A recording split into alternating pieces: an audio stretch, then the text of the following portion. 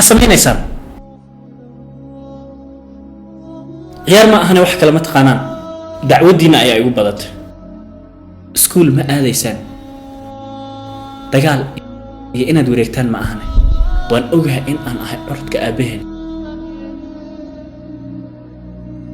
وحكلون أوجه إن أيسن هل هو ينوض لين ما تعلين هو يدين ها ما تعلين sababta waa qofka ka dambeysay in aabahan iyo aniga hooyaday ay kala tagaan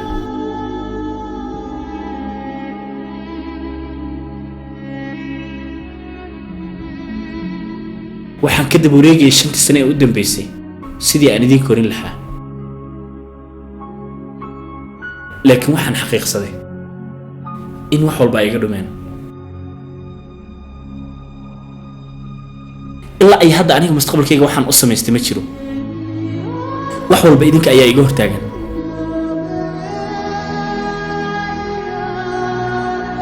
ما أنت وحن قام كسو جاري أنت ديوك اللي يدك وريتشي يجا أي يدك كرسانية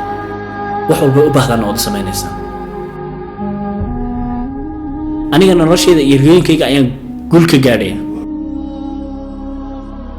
وأنا قام كي قدام بيه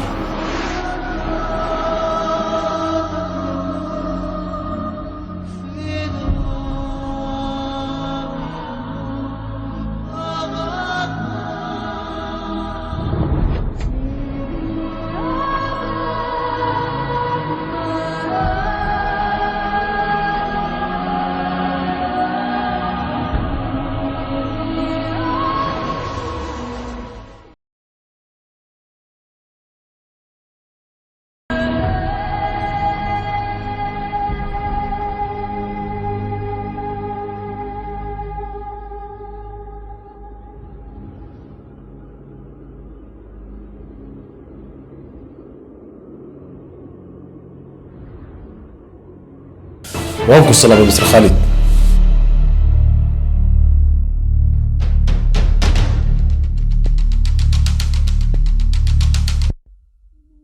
waxaan filaynaa xafladuna dabaaldeg aad dhigan doonto maadaama aysan jirin cid waqtigaada kaa qaadaysa waxay ahayd inaa xafladuna dabaaldeg aad dhigato sababtoo ma jirto cid ku dhubayso xor baa tahay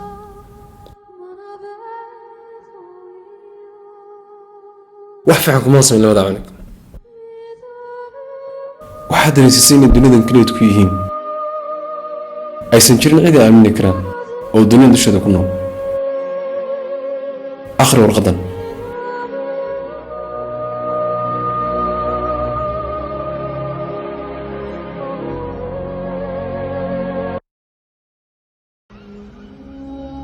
walaal ma hubo inaa warqadan arki doonto waxa kaaga tagay anagoo walaalaha ah. Dhaawac waliba aan ku geysanay waa ku xumahay walaal. walaal marna waxaan ku faran doonaa inay walaal kartiba yeelashate sida adigoo kale.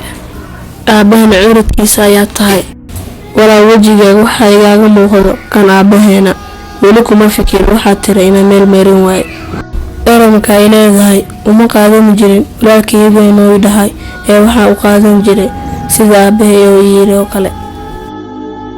Waaran qalad badan ayaa sameeyay sidii in aan dad la dagaalamo iskuulka diimo ala tuulka taarna ku ayaan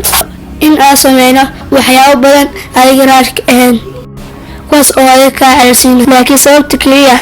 ee aan saas u sameynay ayaa ah inaad tahay sidii aabbahan oo kale.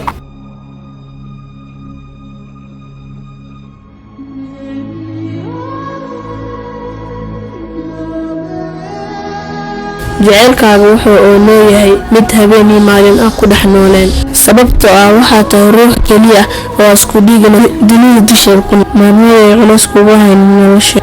kali adiga noo faraxsanaa waan ku jecelnahay walaal.